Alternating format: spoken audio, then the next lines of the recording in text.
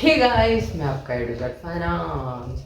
आज हम देखेंगे कि म्यूचुअल फंड क्या होते हैं, आपको कौन से लेने चाहिए म्यूचुअल फंड, कितने टाइप्स के म्यूचुअल फंड होते हैं एंड आपको कैसे कैसे आप म्यूचुअल फंड में आपकी कंपाउंडिंग लगती है, आपको कितना पैसा बन सकता है। तो आज हम यही चीज़ें सभी देखेंगे एंड आप म्यूचुअल फंड कौन सा लेना चाहिए आपको एंड कौन सा नहीं, हम वो भी देखेंगे।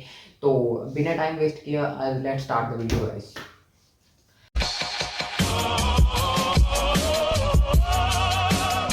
अब हम चलते हैं।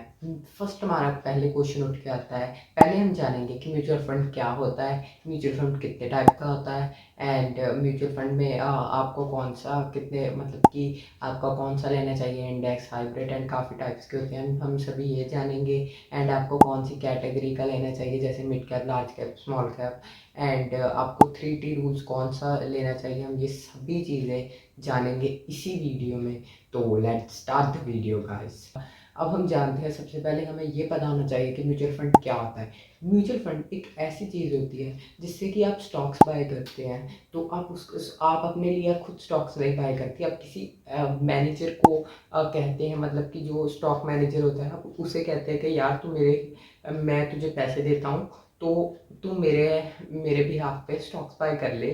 एंड अगर वो आपका स्टॉक्स बाय करता है तो उसमें से आपको कुछ यूनिट्स, जैसे यूनिट्स कह देते हैं, वो आपको मिल जाते हैं। तो वो कल को उन्हीं का प्राइस बढ़ता है, जब आपके शेयर्स का प्राइस बढ़ता है तो आपको उस आप म्यूचुअल फंड भी दो टाइप के होते हैं, एक होती है एसआईपी, एक होती है लमसम। एसआईपी ये चीज़ होती है कि आप उस एसआईपी की फुल फॉर्म होती है सिस्टमेटिकली इन्वेस्टमेंट प्लान। तो आप उसमें हर महीने कुछ पैसा देते हैं, वो आपकी चॉइस होती है आप कितने पैसे देना चाहते हैं। आप 500 रुपये से शुरू कर सकते हैं एंड ये ग्रो का लिंक मैं आपको डिस्क्रिप्शन में दे दूंगा। ये सबसे अच्छा ब्रोकर है, ये 500 रुपये से आपकी एसआईपी स्टार्ट कराता है। तो आप उस 500 रुपये से लेके आप जितनी चाहे आप करवा सकते हैं, वो आपकी चॉइस है। एंड ये महीने के लिए, आप एसआईपी में आप महीने में एक बार करवा सकते हैं। बट अगर आप आपने किसी टाइम मिस भी कर देते हैं तो आपको उसको कोई भी एक्स्ट्रा चार्जेस नहीं देने होते, कर दी तो कर दी, वही कोई बात नहीं होती। एंड लमसम होती है, जैसे कि मेरे पास 50,000 रुपये है, मैंने 50,000 रुपया दे दिया है, तो ये होती है लमसम कि आप एक बार में बाय कर लें या थोड़ा थोड़ा बाय करें। तो मैं आपको ये भी बता रहा हूँ कि मैंने जो आपको मेरी रिकमेंडेशन होगी, आप एसआईपी बाय कीजिए, क्योंकि अगर मार्केट कल को डाउन होती है तो आपको उसका बेनिफिट भी मिलेगा। तो दैट्स वाई आप एसआईपी करें। बट अब हम जानते हैं कि आप कौन से 3Ts होते हैं। एक होता है टाइम, टैक्स एंड टाइप। ये सभी चीज़ें होती हैं, आपको इन सभी चीज़ों का ध्यान रखना चाहिए कि आप कितने टाइम के लिए बाय कर रहे हैं एंड आपको उस पर कितना एक्सपेंस रेशियो एंड कितना टैक्स मिल रहा है, आप कौन सी टैक्स ब्रैकेट में आते हैं, उसी के हिसाब से आपको अपना म्यूचुअल फंड प्लान करना चाहिए।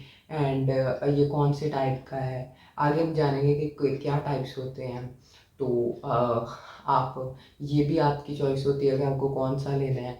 जैसे अब हम जानते हैं कितने टाइप के होते हैं। ये जो होते हैं मेनली 4 टाइप के होते हैं या 5 टाइप के होते हैं। एक होता है डेप्थ फंड, एक होता है हाइब्रिड फंड, एक होता है इंडेक्स फंड, एक होता है टैक्स सेवर एंड एक होता है बॉन्ड फंड।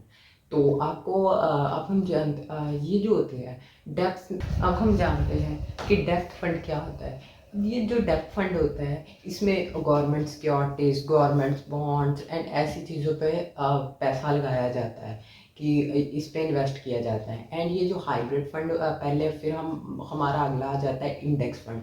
जो इंडेक्स फंड है उसमें जो भी निफ्टी 50 की टॉप कंपनीज होती हैं, उस कंपनी में पैसा लगाया जाता है। अगर निफ्टी 50 से कोई भी कंपनी से निकल गई है तो उस कंपनी का फंड मैनेजर जो है वो निकाल देता है, और दूसरी जो निफ्टी 50 में कंपनी आई होती है उसमें पैसे इन्वेस्ट कर देता है।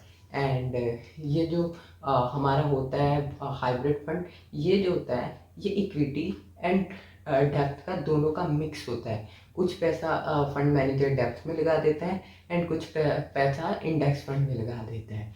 एंड अगला हमारा आता है टैक्स सेविंग। अब ये टैक्स सेविंग जो होता है, इसमें जिस भी म्यूचुअल फंड में टैक्स सेव हो रहा है उसमें में वो पैसा लगाता है फंड मैनेजर।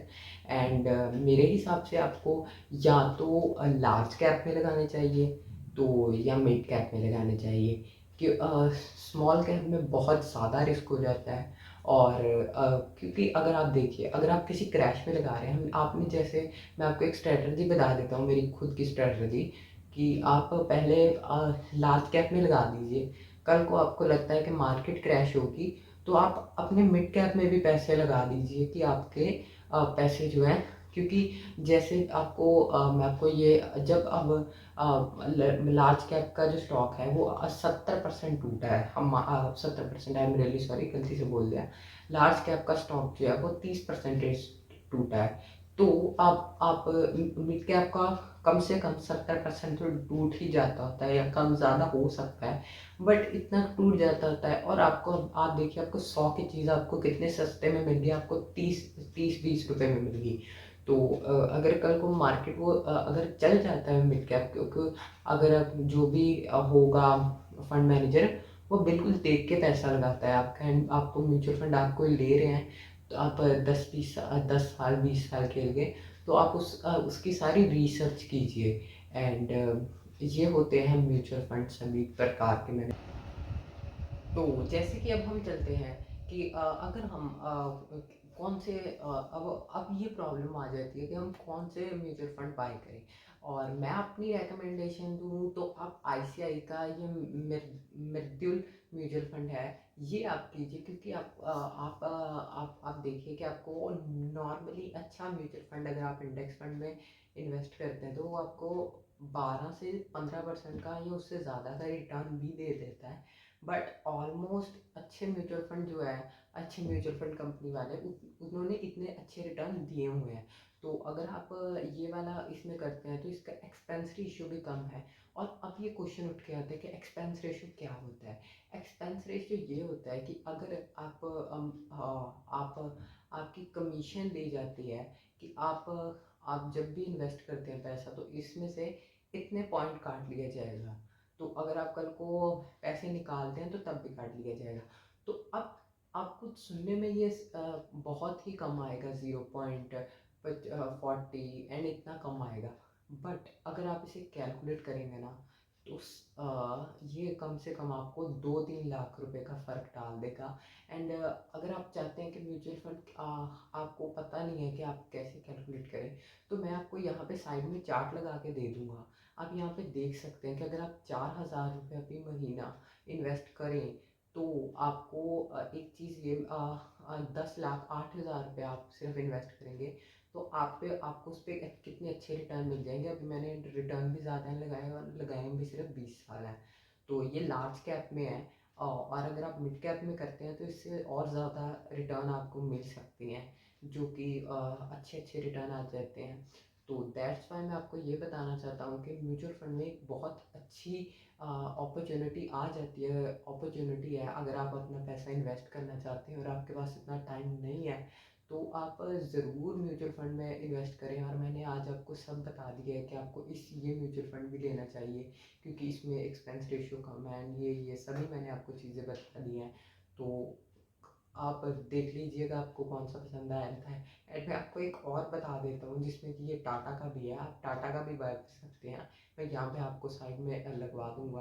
तो अब मेरे ख्याल से आपको अब आपको अपने म्यूचुअल फंड चॉइस करने में इतनी प्रॉब्लम नहीं आएगी क्योंकि आपको सभी म्यूचुअल फंड का पता लग चुका है। तो thank you for watching guys, मिलते हैं किसी और नए वीडियो में।